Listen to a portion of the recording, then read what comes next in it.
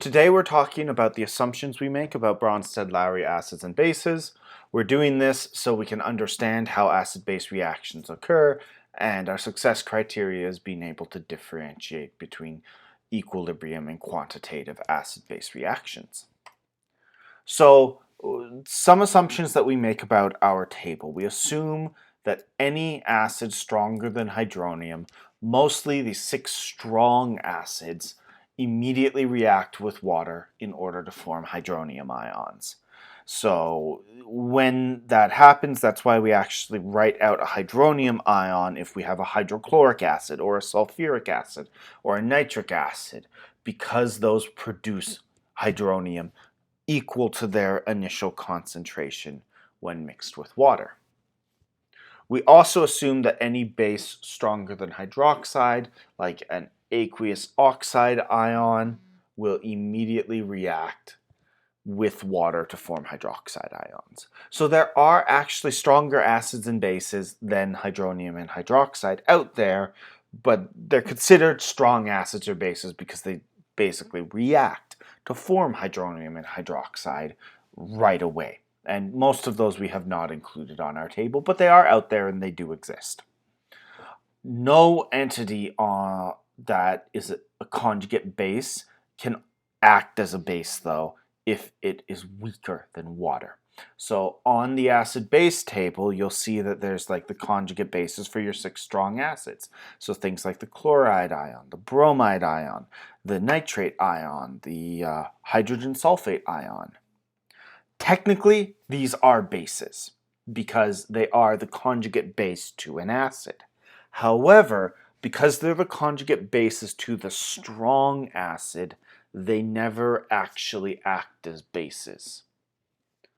So, and this bears out if you look at something like salt water. Salt that we're most familiar with is hydrogen chloride, and even some of the other salts are chloride-based as well.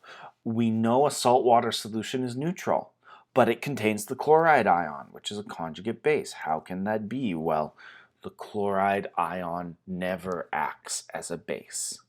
We could technically classify it as one, but because it's a weaker base than water is, it can't take a hydrogen ion away from water. So it can't make a hydroxide ion out of the water. And you'll also see as well that water is the weakest acid too. We also assume in our acid-base neutralizations that it's only a single proton transferring at a time. There are acids and bases that are polyprotic, which means they can give up or accept more than one hydrogen ion, but they only ever do it one at a time. We sometimes call it stepwise. They only do it one at a time, and we'll talk about this more later in the chapter, but what it means for us now is that we always have a 1-to-1-to-1-to-1 ratio when we're doing acid-base reactions, which actually makes the math quite a bit easier. We also assume that as long as the strongest acid and the strongest base are present in chemically significant amounts and approximately equal concentrations, they are going to be what reacts. You could have 1 molecule of hydrochloric acid in a solution of hydrofluoric acid, but if you mix that with a base, that 1 molecule is not going to be chemically significant. We would describe that as a reaction of hydrofluoric acid with the base, not hydrochloric acid with the base. And when these react, most of the time when acids and bases react, they're reacting in equilibrium. And that's because most acid-base reactions involve a weak acid or a weak base.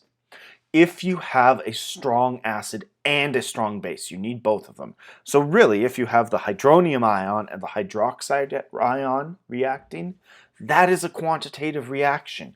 It's stoichiometric. It reacts to completion. It will go all the way from reactants to products. There will only be products at the end of that reaction. But other acid-base reactions don't do that. Anytime you involve a weak acid or a weak base, it's an equilibrium reaction.